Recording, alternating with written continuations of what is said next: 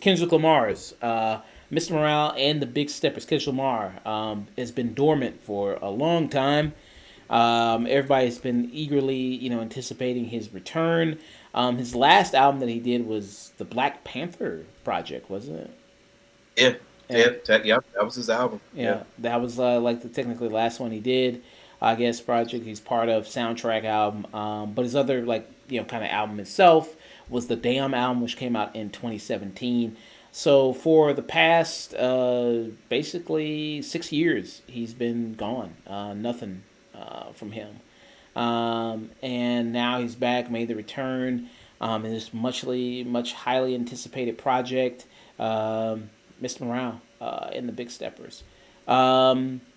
A lot of different. I think I would say to start off, I think that this is his least commercial album that he's made. Mm. I think that there's a lot of things about this album that really, really focuses on self reflection of his beliefs, his growth as a human being, and it really expresses that through his art. Which I've always really appreciated with Kendrick Lamar, his projects, like what he did with To Pimp a Butterfly. Um, and I think people are saying like which is kind of which is more commercial. I would say To Pimp a Butterfly is definitely way more commercial than something like this. Uh, Mm. oh, what'd you say? Sorry. No, no, I'm listening to you. I'm gonna let it listen to you. Oh, okay. Yeah, I would say definitely it is kind of way more less commercial than this. And kind of the different themes that you tackle, like because it's been so long since we've had a Kendrick Lamar album, we've been through a lot of major events. You know what I mean in the world. Obviously, COVID was a huge thing.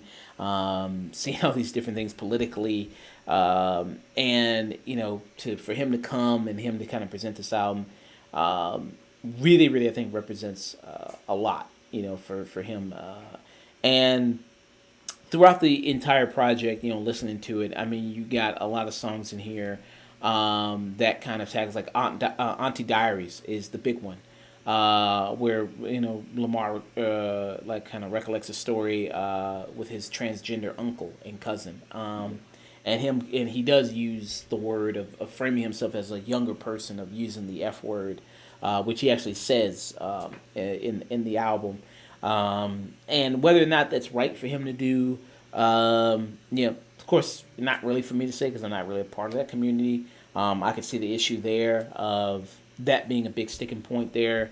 And he is framing it from the point of view of he had, especially being black and being in the community of not understanding what that is, of the LGBT community, and how it is sometimes within that within our community when it comes to that Mhm. type of stuff. But I thought that was kind of a great song to address kind of those younger issues there and address his growth. And you see that kind of through even some of the features, because with the Kodak Black feature that he has with Silent Hill, which I think is one of my favorite tracks on the record. With Silent Hill, with Kodak Black, obviously he had his run in, him with an underage girl, and is Went that to a jail a couple of times. went to jail a couple times, and is that a contradiction? Kendrick Lamar speaking about growing and the damage that you can do to your community or to yourself at times. Having Kodak Black on here, knowing that he did cause so much damage to a young woman's life, is that right? Is that okay? So that is he doing it on purpose? Is he saying that Kodak Black is forgiven? Is he saying that is he still on the hook for what he did? You know, um, that's kind of interesting discussion, interesting kind of topic in a way. So what were kind of your thoughts there with the project? So my thing of it is, G, and we probably gonna end up discussing this. Probably gonna be a little lengthy one, y'all. But my my my thing of it is like when I listen to Kendrick, I remember he said this one time in an interview. He said, I rap for niggas in jail. Niggas in jail. You're in jail with your thoughts. You're in jail with your struggles. One of your struggles can be your morals. You know what I'm saying? Uh, I felt like this album, like it's as in itself, my nigga, I bumped this album. Like I bumped this album. I fuck with it. Like I bumped this album. It is on top of it. I feel like for me, the beats are good and the music and everything that he references is good. Like we go to Auntie Diary, even with Auntie Diary, G, that's just a small piece because now getting into that and then like listen to Kendrick's catalog.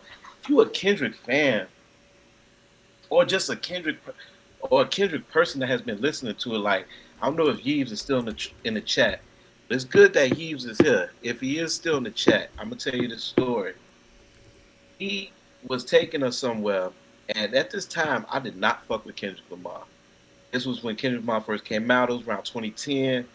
It sounded like an alien and shit. I didn't fuck with High Power like that. I thought High Power was just mediocre, which it still is to me. And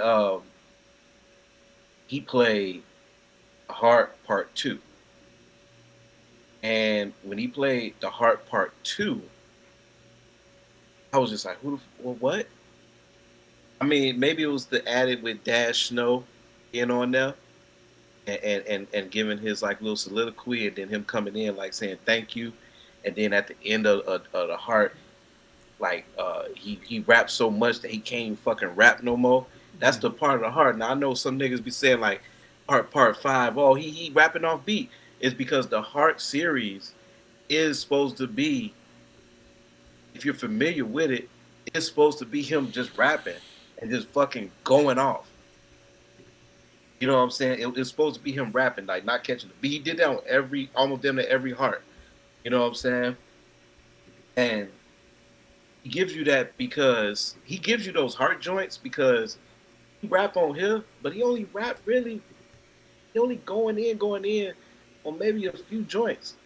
But I feel like with this joint, a lot of the records, I feel like he knows how to kind of craft records on top of features.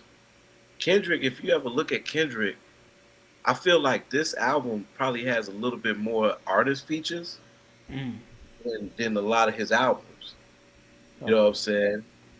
Um, Because and the guest oh, go ahead. features here, you got Ghostface Killer, you got Summer Walk, you got Tyler Page, who's the actress. She just was in Zola, which was Mm-hmm. one of my favorite movies of the year when it came out. That came out last year. She does the "We Cry Together" skit slash kind of song that's in here. You have Blast, you have Amanda Reefer, you have Kodak Black, you have Baby Keem, who's the cousin of Kendrick Lamar. You have Sam Dew, Tiana Leone, Beth Gibbons, are some of the features here. Yeah, and like all those features hit. All those features hit, man. All those features hit. I want to ask you, when he was going back and forth with Taylor Page, what movie that reminds you of? What movie did it remind me of? Because I've been to a lot of people, and I don't know. I feel like this is the movie, but a lot of people haven't been saying this in their reviews. Go ahead. What movie did it remind me of? Interesting. I don't know. I can't think offhand what movie it reminded me of, but I could see what movie it can remind some people of a little bit, but I can't think offhand myself. Okay, so that whole little, not the whole thing, but one part of it is a reference to poetic justice. Ah, Poetic Justice. Okay. Fuck you, bitch. Fuck you, bitch. Fuck you, bitch. Fuck you. That's how Pac was saying it in the movie. Okay. And as that she was saying, I'm gonna get some Compton niggas to fuck you up. So you hear shit like that, right? You hear like Kendrick has such an affinity for Pac, Janet Jackson, that whole like just LA part, right? That it makes you want to piece together his other shit now. It make you want to go back to Poetic Justice, where Poetic Justice stand in this narrative of this album. Mm. So like motherfuckers that's like Kendrick fans, you gonna go back. Cause even when you go to aunties, right? Mm. The old Kendrick fans, this motherfucker, Uncle Bobby, cousin Keaton, Mm. it was locked up. He also I feels like he in the aunties, he's been talking about them, but this was the first time that he told them that they were that they transgender. Because on another song that you gotta go back to, he said, I got an uncle, he ain't rap too tight. He told me rap about life, not rap niggas. Mm. He wasn't rap too tight. In Auntie's diary, what he say? He said, I I know exactly. He said I can't do it verbatim, but he says we would joke around with each other. We know our type of comedy. We know how we talk to each other. He coming out, but I always knew my uncle was special. It's shit like that. Like you shit like that. For people that have listened to Kendrick and really listened to Kendrick, not even really listen to Kendrick, but if you're just a Kendrick fan or you became a Kendrick fan and you've been back to those tracks, people like me is gonna love an album like this because we can go back and reference these things. Mm. We can go back and pick apart some of these things. What if one of these uncles is Keem's father? Mm. He says in the album, his wife and his kid says in the album, "You broke a curse." Everything that he been doing lately has been for Keem. Mm. Keem has about 4 records on this album that he produced. Okay. He produced. I'm gonna go to it right now. One of them is one of my favorite tracks, Savior. Mm. Okay, Okay. he did Die Hard with Blast. He Okay. did the Savior interlude with just him in '95. Those were the joints that he produced on the album. Mm. Okay. So when you look at the narrative and how this album, I guess, goes, I have this same type of connection when I hear Saba because I knew his cousin, I knew Squeak, and they passed, and in between of the lines of when he brought out like the album "Care for Me" and his last album is pain in between those soft spoken songs. And even when you listen to the Blast song, from the Blast song to all the songs, he is struggling with his morals. He is struggling how to be a person, and it kind of gives you a little insight of struggling with that being a fucking goat, Mm. being a fucking goat. He's struggling with that shit, being a fucking goat. His morals. How, is he a big? But you gotta still be that big stepper. You Mm. gotta still be that rap nigga. Mm. He even said on Family Affair, I don't know why they fucking with me. He said, and then right after that, he said to Kanye, like, he said, yeah, when Drake got, I was confused. Like, like he letting you know, like, I'm a rap nigga. I rap about life, not rap, nigga. And that's what his fucking uncle told him. He spits for niggas that's in jail. I'm telling you, I'm not even a nigga that's been in jail. He spits these fucking somber songs from Section 80 all the way to fucking now. Like he drops these fucking songs, man, where it just gives you a lot of insight on his past albums and shit like that. Because Auntie song, Auntie song, I can hear that in Section 80. Mm. Savior song, I can hear that in Section 80. The Mm. fucking rich nigga, no rules, on the record, the no rules, ain't that with a song. That song, shit, we can go back, we can put that back in training day, the Kendrick Lamar EP. Mm. And that song is an LA fucking song. Like it's Right. like Pimp a Butterfly was his sole LA song, LA album. But this album is a little bit more well rounded. And if Kendrick, I'm gonna say this right now, and I don't give a fuck, motherfucker. I ain't even look at the chat, but if Kendrick was to retire and this is his whole set of albums, Mm. I'll be fine. Mm. I would be fine. I would be fine. And even with Kodak Black being in there, Kodak Black, I, everybody wants people. Certain artists do this shit where they had this one representation of somebody. Kodak Black was going through a lot. We also remember the time, or some people remember the time where Kodak Black was asking to get out of jail because niggas was torturing him and beating him and shit like that. I don't know how true it was. Mm. You know what I'm saying? So when I see Kodak Black on there, I was like, oh, okay, Kendrick must have a relationship with him that we don't know. Mm. Because he even got him doing poetry. And in the poetry even said, what you doing with Kendrick? What you doing with a legend? Mm. Y'all in the chain gang. Y'all gang bang. You know what I'm saying? Like it's he's you know what I'm saying? He's showing you right there. He's showing you right there. Like it says it right there. I do my music for niggas in prison. Mm. You know what I'm saying? And if he does this shit for niggas in prison, this is when the nigga get out of prison. And he been out for a while. This is the album that he been out for a while. And he been out of prison for a while. So he's trying to get his mind right. But it's hard to do it when we in a fucking new world that we ain't been in so long. We gotta adjust. So it's just a lot of things that he even say like even said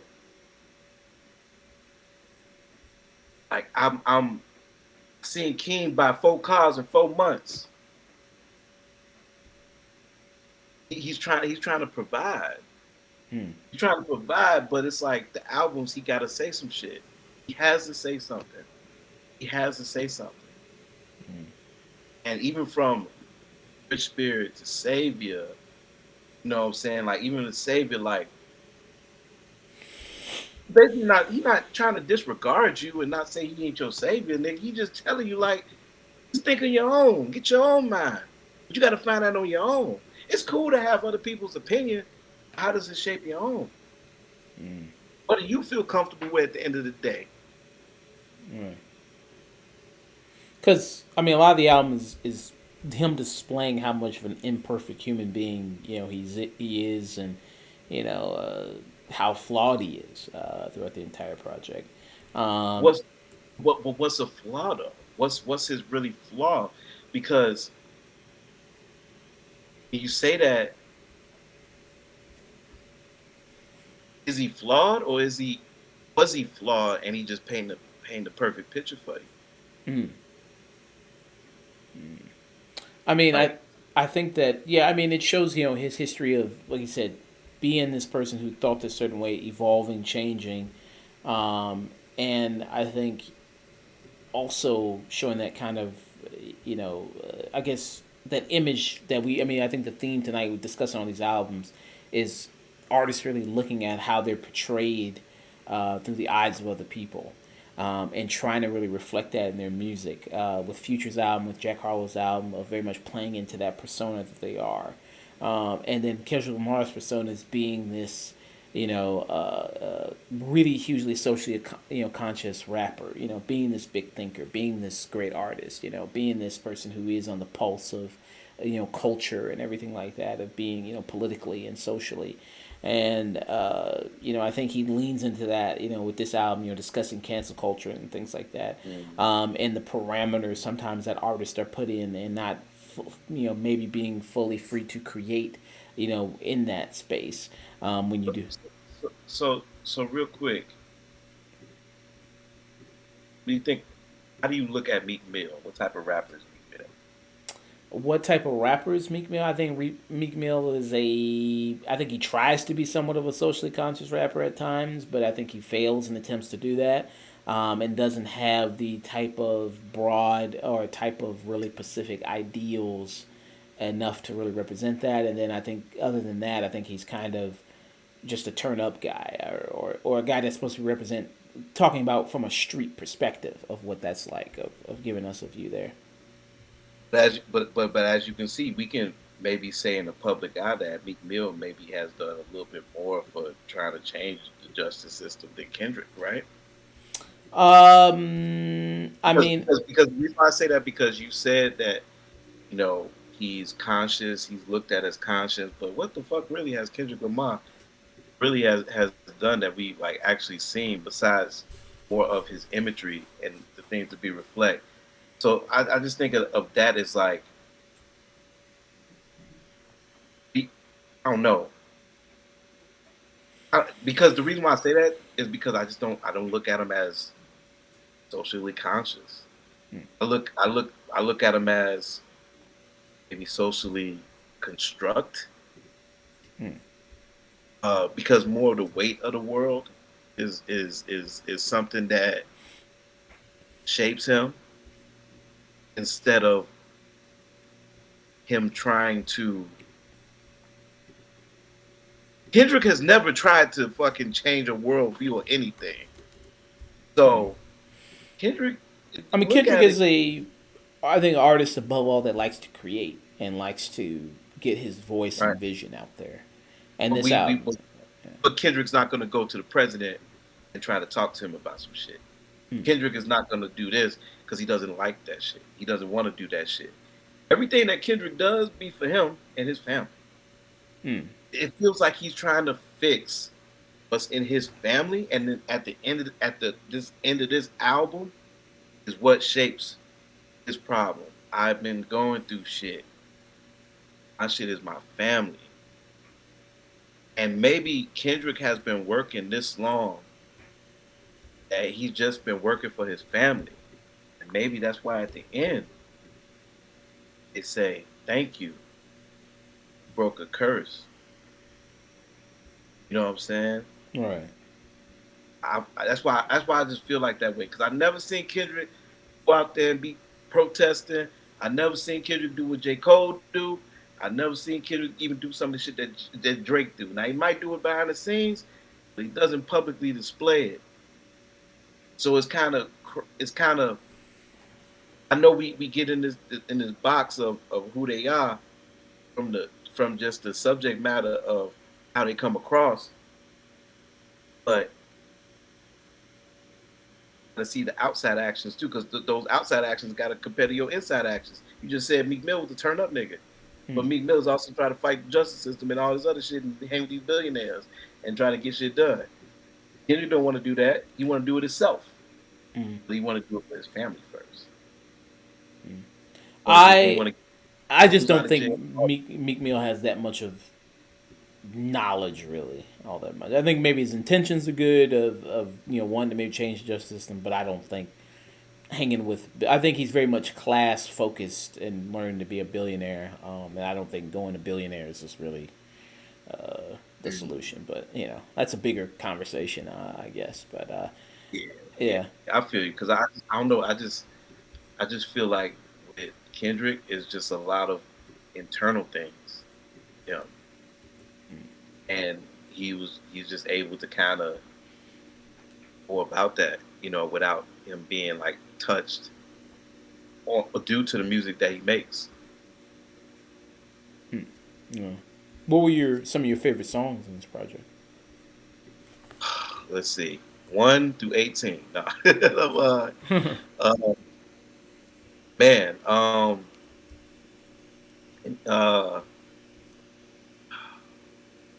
Die Hard. I like Die Hard. I can definitely hear that on the radio. I would love to play that whenever I get to California. Uh, all the time, of course, that shit is hard, and it's hard because he didn't have to really because sometimes you got to use sampler, and sometimes you know what I'm saying, sampler can come in and just make an impact from a short stint. It's hard to do it with a short stint for sampler. Sanford, you got to really dry it out with his ass. But Sanford make you cry. Okay, Right. you ain't heard that song with Sanford on that Steve Carell movie. His son was going through it. It was like an Amazon movie. But um, Purple Hearts, I fuck with. Uh, Purple Hearts. Once again, that shit felt like 40 ounces, wife beaters, Dickie suits, and motherfucking zigzags. Mm. You know what I'm saying? On some, on some, what was that movie, Minister Society? Mm. With fucking Samuel. Man, give my motherfucking money, nigga. Fuck you, suck my dick. And Samuel shot his ass. That's how I feel like I hear that. Mm. Let's see. Man, Silent Hill. Everybody does love Silent Hill. That's not really one of my favorites, but I like it. Savior, Auntie Diaries, Mr. Morale, Mother I'm Sober, Mirror. A lot of tracks, man. A lot of tracks on. I can't even because the other joint that we was gonna review tonight, the Pusha T. Like I said, I like that, but it's one track on it I just do not like. But Mm. almost every track on this album I like, man. And I know I'm gonna sound like a stan, but I can't help it, bro. Like I can literally turn this album on, and this makes my day better at work, even though this is such a sad album. Mm. So yeah, Mm. yeah, man. It's a really it's a really good album, man. It's a really good album. I really love it. I mean, I'm gonna say this right now. I like it to. I know people love To Pimp a Butterfly, um, and you know it's definitely reminiscent of the Parliament Funkadelic, but and people love Damn. Me personally, I didn't like Damn like that too much. It's very Uh, commercial. It's very commercial. yeah, yeah. Even I gotta go because I don't even go back to Damn like that. But this right here, I, I'm gonna say it right now, man. I think this is one of his best albums out of his collection. Really interesting. Yeah, yeah, man. I think this album is one of his best fucking albums out of his collection, bro. Like, Good Kid, Mad City is good. There is some low points on there, but god damn, the emotions and shit hit better on this. And maybe because it feels like it's we're at this point at the end of the road. Mm-hmm. Like I said, when I listened to it, I got all these references of his old albums. How many fucking uncles and cousins do he got? Because he mentions his uncles and shit a lot. Mm. And that verse that he say, I got an uncle that's locked up in prison. He wasn't rap too tight. He told me rap about life, not rap niggas. That was on the Heart Part 2. Who said that ain't his uncle that got out of jail and turned gay and turned into a woman? Mm. No. You know what I'm saying? Right. Prison system that does that to you too. And then when he talks about his auntie, he gives it. He talks about it. Yes, in the black community, we do try to hide and shun it. But if you listen to if not if you listen to the lyrics, but if you listen to his description of his auntie, she picked him up from school. They shared raunchy jokes together. Because what he said in the motherfucker, she said, oh, well, she like pussy. I like pussy too.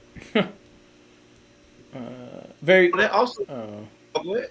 I'll say just that line just kind of reminded me of Drake when that line in his new album it says, "Girl said she a lesbian." I said, "Me too." Oh, Just that's kind. yes. Uh, But that plays on what he's saying. Me right. and my cousin have this rapport. Me and my cousin joke like this. We say these dark jokes.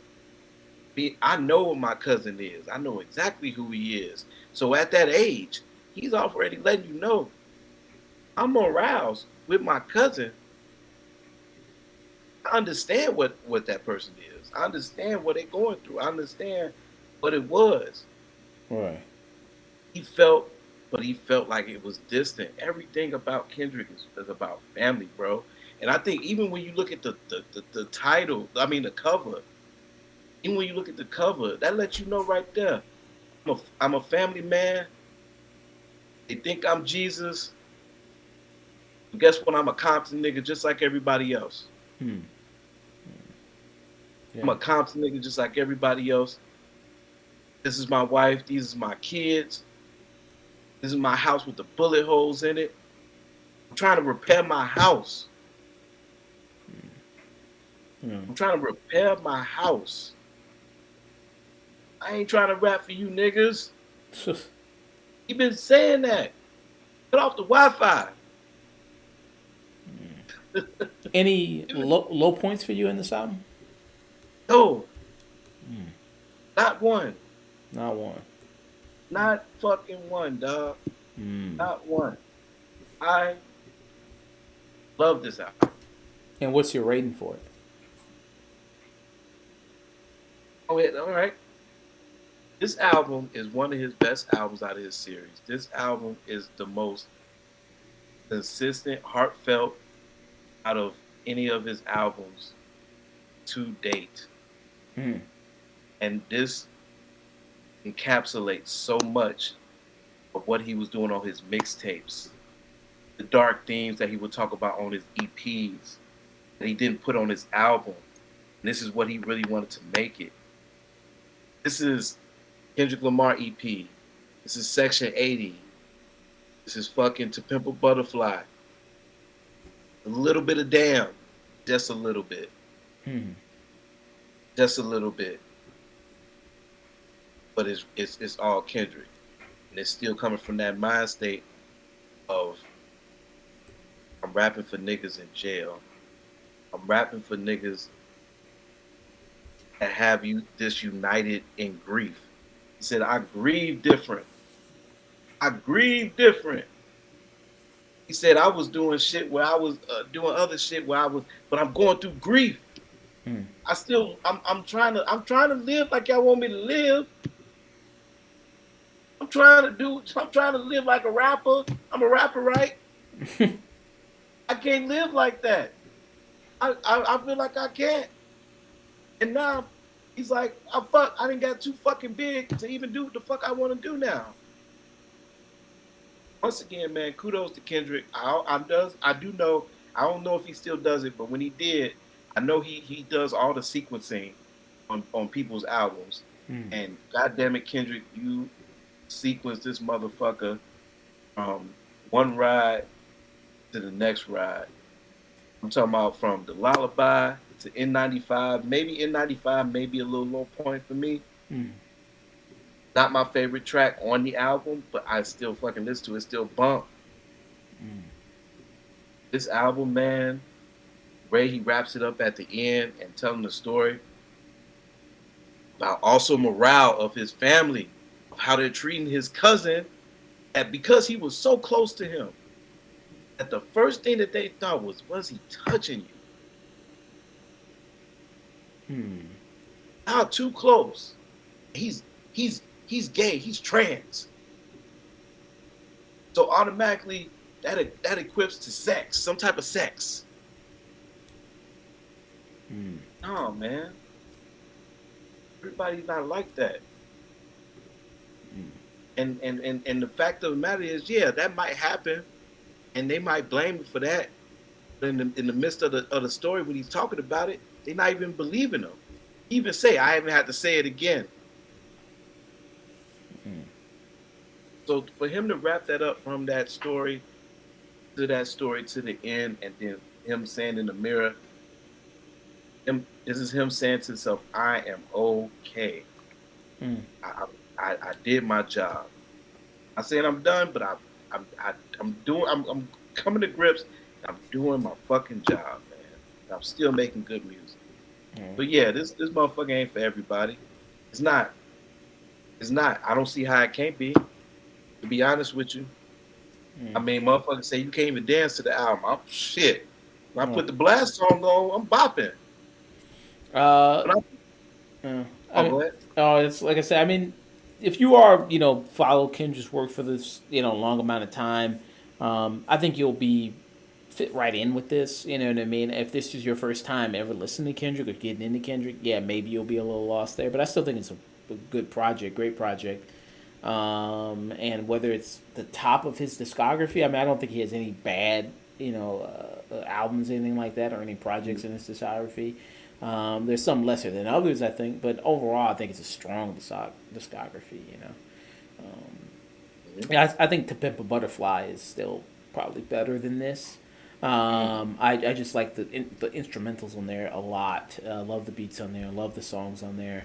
I think it does have a great kind of, it mixes the lively feel, plus the personal stuff, I think, really well on there. Here is, such a very deeply personal album, which is really great. Such almost like we're kind of getting insight, like a journal almost, with a lot of these songs, which is very intimate. And I think, some of my favorite songs, Silent Hill, I think is really good. I think The Heart Part Five. I think we let's see. I think the great performance by Taylor Page coming in, and We Cry Together. I thought that song was very great. Somebody said if you relate to that song, break up. If you actually relate to that song. Um, and then, yeah, I mean, I think there's a lot of great, songs here. Savior, I thought was great. Auntie Diaries, Mr. Morale, Mother, I Sober, Mirror. There's a lot of great. I think this is an album that really rewards you listening to it multiple times. I've only listened to it twice. I've got to listen to it, I think, a few more times to get a better sense of it, and to really just soak it all in, and really just sit down, and really consume it and soak it in more than I already have. But I mean, yeah, I thought this was a. I mean, I think it was worth the wait. I think when you come 5 years since your last project, it can be like, okay, the anticipation can be so high, and what people Yeah, and then expect. that's one thing. But that's one thing I do disagree with real quick. Is I don't think it was worth. I don't think it was worth the wait. I Mm, wouldn't want to wait 5 years for this. To be honest with you, I mean it is good, but mm, god damn, man, I don't think 5 years any artist. mm, I don't think 5 years you should want to come back with that because now you're gonna be gone again. mm. Yeah, I Boy, guess anticipation is always a hard thing to fight. You know what I mean? If you're waiting for the next thing, if it's going to live up to the hype. I think it's good. I think it is very good. I mean, everybody's expectations are different. Is it life changing? Is it like the greatest thing you ever hear? You know what I mean? No, but I still think it is very good. I don't think there's not a lot I would say you would wait. It's worth waiting 5 years for, but I thought this was a very good outing for him, and I'll have to see. We should do a show where we rank all his discography and go through it, and line it all up, all the way, even something like the Untitled Unmastered. Even put that on there on the list and see what yeah, it yeah. ranks. Oh shit, yeah. We didn't even mention. Yeah, that's damn. That's an album too. Yeah. That's an Uh, album. so yeah, I mean, I would give it a strong. Well, no, I wouldn't say strong, but I would give it a tune in for me. Tune in. I would What's give. the highest? What's the highest after tune in? We just do kind of for tune in. We just do like Yeah. strong tune in. We don't have anything above tune in. We would think about coming up with something like this is like, because we do movie reviews typically, but we usually maybe think about this is cinema for something higher than tune in. So if you want to say like, you Well, know, yeah. Well, there you go. I put it out there right now. This is cinema. Every Kendrick album is it feels like a Spike Lee movie, mm, and this is the same. This is mm. the same. It's a well written Spike Lee movie, and yeah, this is fucking better than cinema for me, man. I love this album. I can't stop listening to it. I probably listened to it over 10 times. Um, it's a lot of it's yeah. It just hits for me, man. It hits for me. I feel like I don't know. I'm just an emotional person, I guess, when it comes to Kendrick. Uh, with him because I used to love Pac the same as Mm. much as him. You know what I'm saying? And it's a lot of references to Chicago in here. You know what I'm saying? Hmm. That I don't know if a lot of people hit, but it is a lot of Chicago references in here. Or him, not in references, just him mentioning Chicago. So it's something about back home, which is here, that really fucking hit with him. You know what I'm saying? Where he felt like he had to come from over there to over here to see what was going on, and it just hits hard. It hits hard for me when, because like I said, when listening to it, I think back about the other albums. I think back about all the other albums, Uncle Kenny and Cousin Keaton and all and Vanity Slaves and all of this shit like that, all of his old joints, and how much this references a lot of his old joints, and how that was such a place in my life that I like really fucked with Kendrick at that time. So yeah, this is better than Cinema. It's a great album for me. I love this over Damn.